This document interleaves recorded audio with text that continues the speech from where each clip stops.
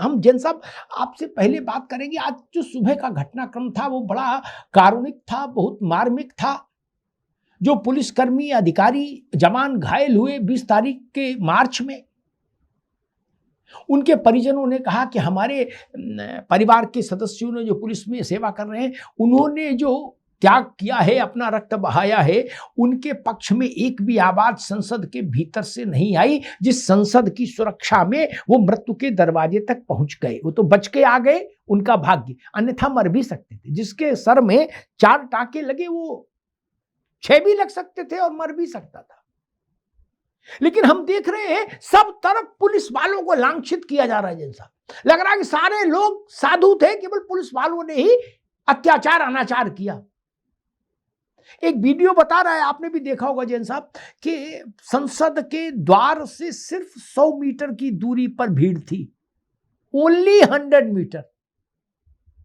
एक धक्का और होता और भीड़ संसद के गेट को तोड़ रही होती, तब क्या होता जैन साहब?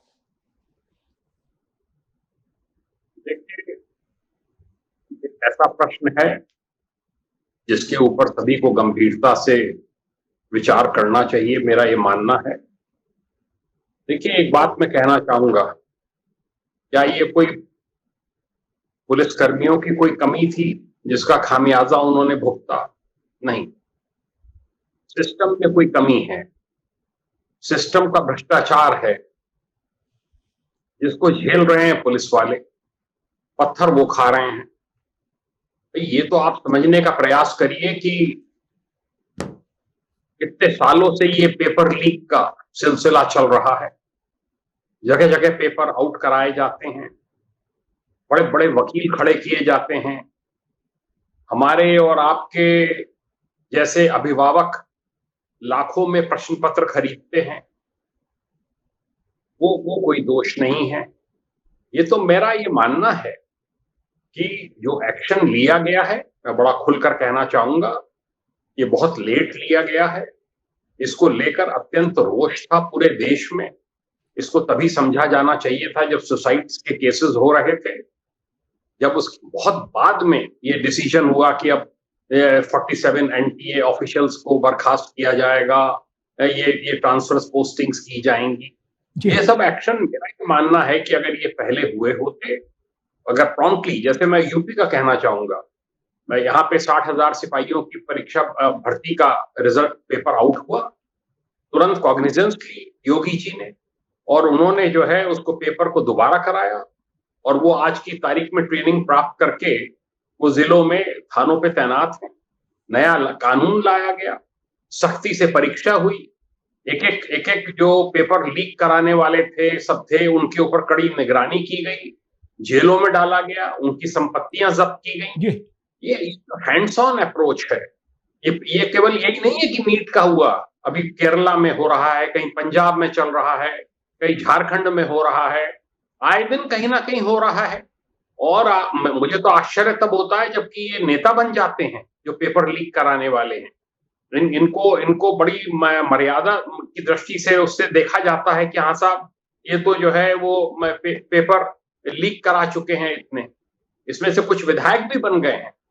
ये बड़ा अनफॉर्चुनेट है और पुलिस अनावश्यक इसका खामियाजा भुगत रही है। ठीक है, हो सकता है कुछ पुलिस वालों ने एक्सेसेस की हो, उनको स्पॉट करके, उनको चिन्हित करके उनके खिलाफ कार्रवाई होनी चाहिए। अगर किसी महिला पे हाथ उठाया है, किसी ने कोई ज्यादती, पर जो अनावश्यक ड्यूटी पे आए हैं और उनको घेर घेर के, आपने बहुत सी वीडियो देखे होंगे कि एक पुलिस वाला हाथ लग गया, उसको चारों तरफ से गिरा गिरा के मार रहे हैं। और मैं जिस तरह का मैंने इस बार भद्दे नारे लड़कियों के मुंह से, महिलाओं के मुंह से सुने, ये मैंने कभी आज तक इस टाइप का नहीं देखा। ये पता नहीं किस प्रकार का सीजेपी का आंदोलन है। ये एक देश के लिए, एक आगे के लिए कोई अच्छी खबर नहीं है और इसके ऊपर लोगों को गहन चिंतन करना चाहिए। अच्छी बात जैन साहब, मैं एक टिप्पणी और करूंगा, फिर अब बहस को आगे ले जाऊंगा। मैंने सारे नेताओं से व्यक्तिगत तौर पर और इस मंच पर भी पूछा, वक्ता प्रवक्ता सबसे, कि दादा मुझे ये बता दो, अगर पार्लियामेंट के गेट पर 10,000 लोग धक्का मुक्की करने लगते तो आप लानत मनालत पुलिस कोई भी करते ना, आप यही कहते हैं दिल्ली पुलिस के कमिश्नर को हटाओ, इसको गिरफ्तार करके जेल भेजो, वहां जो तैनात लोग हैं उनको हटाओ, यही करते ना। यही इच्छा थी कि भीड़ पार्लियामेंट में घुस जाए, और पार्लियामेंट में घुसने से रोका तो टकराव होगा ही होगा। टकराव कैसे नहीं होगा? ब्रह्मा उतर आते तो भी टकराव होता। 100 मीटर की दूरी पर हजारों लोग हैं, 100 मीटर आगे पार्लियामेंट है, क्या करते? और सबसे बड़ी बात, सारे लोग जो घायल हुए छात्र उनको देखने गए, सेब केला लेके, अंगूर लेके, अच्छी बात है जैन साहब, लेकिन उनके यहां भी जाना चाहिए था। पुलिस वाले भी इसी देश के बेटे हैं। पुलिस वाले साथ ना हो तो नेता पान खाने नहीं निकल सकता हमारे डर के। कबूतर सी जान है नेताओं की। किसी को 30, 40, 50, 100 पुलिस वालों के साथ तो निकल पाते हैं, और दुर्भाग्य ये है वो भी पुलिस के साथ खड़ा होना नहीं चाहते। क्या इस संसद में चर्चा नहीं होनी चाहिए थी पुलिस के इस त्याग की? विचित्र प्रश्न है, लेकिन कारुणिक प्रश्न है। अब सूर्य प्रकाश मैथिल, आज दृश्य पार्लियामेंट में देखा होगा, भगवा वस्त्र धारण, उस पर रुद्राक्ष और त्रिपुंड और सब धारण करके रामलला के चित्र हाथ में लेकर वहां बैठे पप्पू यादव, और उसके बाद वो चंदा चोरी करने लगे, फिर चंदा का वो पात्र लेके भागे। राहुल गांधी भी आए, उनको प्रणाम किए, चंदा डाला, और पूरा एक नुक्कड़ नाटक टाइप का पार्लियामेंट के भीतर हुआ।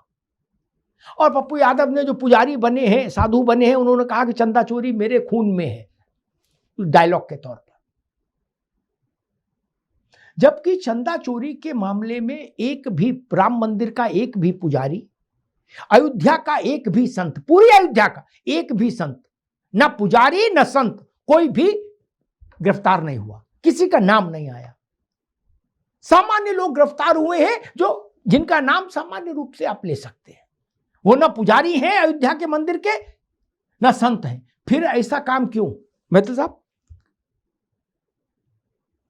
अग्निहोत्री जी, पहले तो आपको और पूरे देश को भारत माता की जय, वंदे मातरम।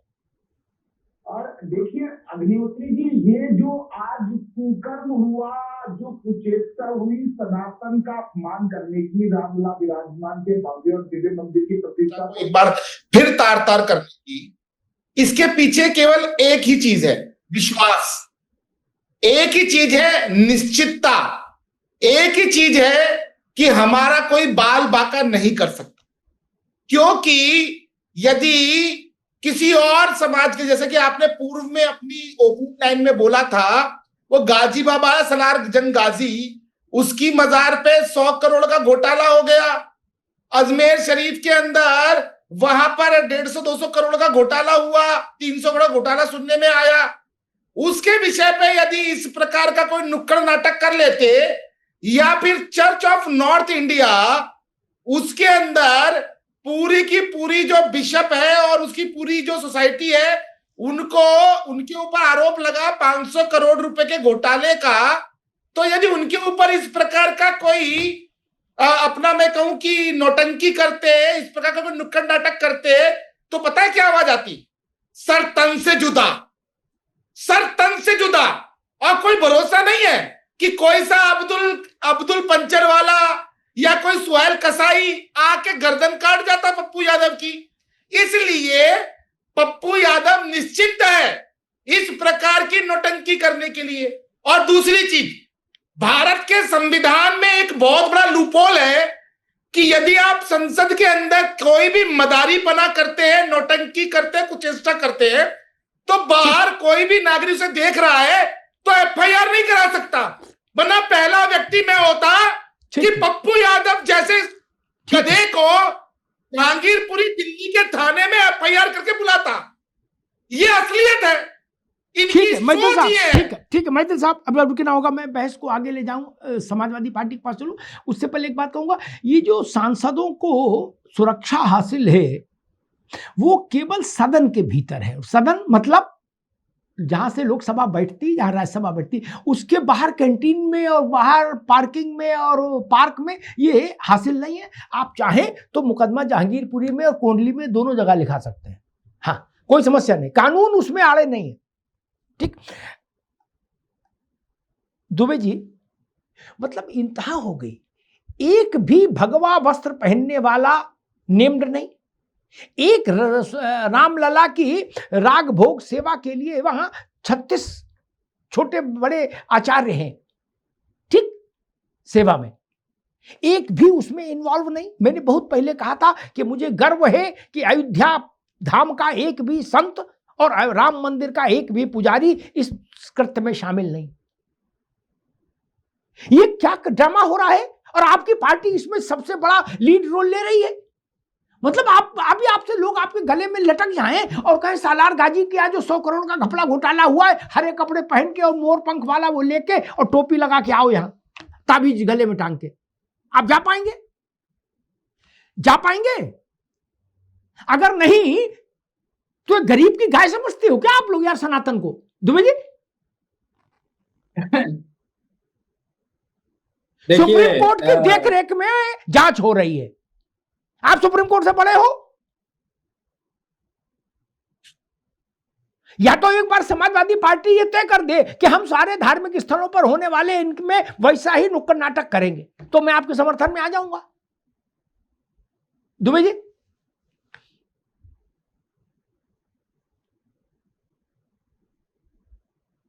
आवाज आ रहा है? हाँ आ रही है, आ रही है। देखिए अग्निहोत्री साहब, जी, पप्पू यादव मेरी पार्टी से नहीं है, वो कांग्रेस समर्थित हैं, उनकी वाइफ कांग्रेस में है, तो वो क्या करते हैं हमें उससे लेना देना नहीं। पप्पू उस फिल्म का एक किरदार है, बाकी 11 किरदार आपकी पार्टी के थे। नहीं सुनिए, तो इसीलिए तो सुनिए, हमने कोई ऐसा काम किया हो जो इस तरीके से आप बता रहे हैं। हाँ, हमने पेटी रखी, पेटी में पैसा डाला, क्यों, और पैसा वो गायब हुआ, तो वो तो हम सिंबॉलिक बता ही सकते हैं ना, उसमें तो कोई हमने किसी का सनातन का अपमान नहीं किया या पुजारियों का अपमान नहीं किया। एक ऐसी पेटी सलार की दरगाह के लिए भी रख दो यहाँ कल मंडे को। नहीं अरे तो पेटी को ही है, पेटी चाहे उसके दरगाह पे हो या मंदिर में हो, अरे दरगाह लिखो ना उस पर, और हरे रंग के कपड़े पहनो, सफेद टोपी लगाओ। नहीं मैं देखिए, मैं इस बात को लिए कह, तो मेरी पार्टी ने इस तरीके का कोई स्टेटमेंट दिया हो तो बताओ, पप्पू यादव का समर्थन इस तरीके से किया हो कि नहीं? आपकी पार्टी उस फिल्म में सह अभिनेता है। नहीं सुनिए, नहीं गजब कर रहे हो महाराज, ऐसा ना कहो यार, देखो जीती मक्खी नहीं निकल सकते। ये कहा हो कि नहीं पप्पू यादव बिल्कुल सही, हमने उस चीज का कहा नहीं, आप तो पप्पू यादव की धोती पकड़ के साथ चल रहे हो, आप कहने की बात कह रहे हो। नहीं सुन, अरे इसीलिए तो सुनिए, पप्पू यादव ने जो गलत काम किया उसको आरएसएस या भारतीय जनता पार्टी की ड्रेस पहननी चाहिए थी और वो लेके भागना चाहिए था। दुबे जी, आपकी पार्टी तो ये अपने क्रियाओं से ये गाना चरितार्थ कर रही थी पप्पू के साथ, हम बने तुम बने एक दूजे के लिए। नहीं ऐसा हो भाई, यही था। हम उस पेटी को बचाने के लिए थे कि वो पेटी छोड़ जो दो चली महाराज, गई है छोड़ वो दो, बच जाती। ऐसी ही वो नहीं गलतियों, बची। ठीक है, ऐसी ही गलतियों से समाजवादी पार्टी बार बार नुकसान उठाती है। कुछ दिन ठीक ट्रैक पर चलती है, फिर कोई ज्ञानी आ जाता है, उनको समझा देता है, फिर ट्रैक से बाहर हो जाते हैं, फिर नुकसान हो जाता है। आप में साहस है कि आप इस्लामिक धार्मिक केंद्रों में जो खराब चीजें हैं उन पर एक डॉक्यूमेंट्री यहां कर दो। नहीं साहस है ना, मार दिए जाओगे यार, इतने बड़े दादा पहलवान थोड़ी ना हो, सब तन से जुदा हो जाएगा। रवि प्रताप जी भी जुड़ गए हैं, कांग्रेस के प्रवक्ता, उनका भी स्वागत है। और एक बात बताएं, पिछड़ा वर्ग, दलित, गए गुजरों की लड़ाई लड़ने वाले, बिल्कुल गांव गरीब, गांव ज्वार के नेता हैं अवधेश प्रसाद, वो जन्मदिन कहां मनाते हैं? ताज में।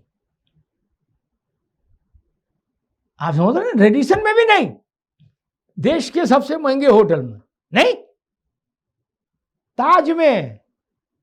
अरे लड़के बच्चे मनाए, समझ में आता है। ये तो कहते हैं कि हमने तो जिंदगी भर अपमान सहा है, पानी नहीं पीने दिया हमको, हजारों साल भी नहीं पानी के रहे क्या, अब वो ताज में पानी पीने जा रहे हैं। दुबे जी समझ रहे हैं ना, ताज में जहां 800 रुपया की एक प्याली चाय मिल रही है, वहां जन्मदिन मन रहा है। थोड़ा बहुत निगाह रखो पार्टी पे भैया, चुनाव सर पे। खैर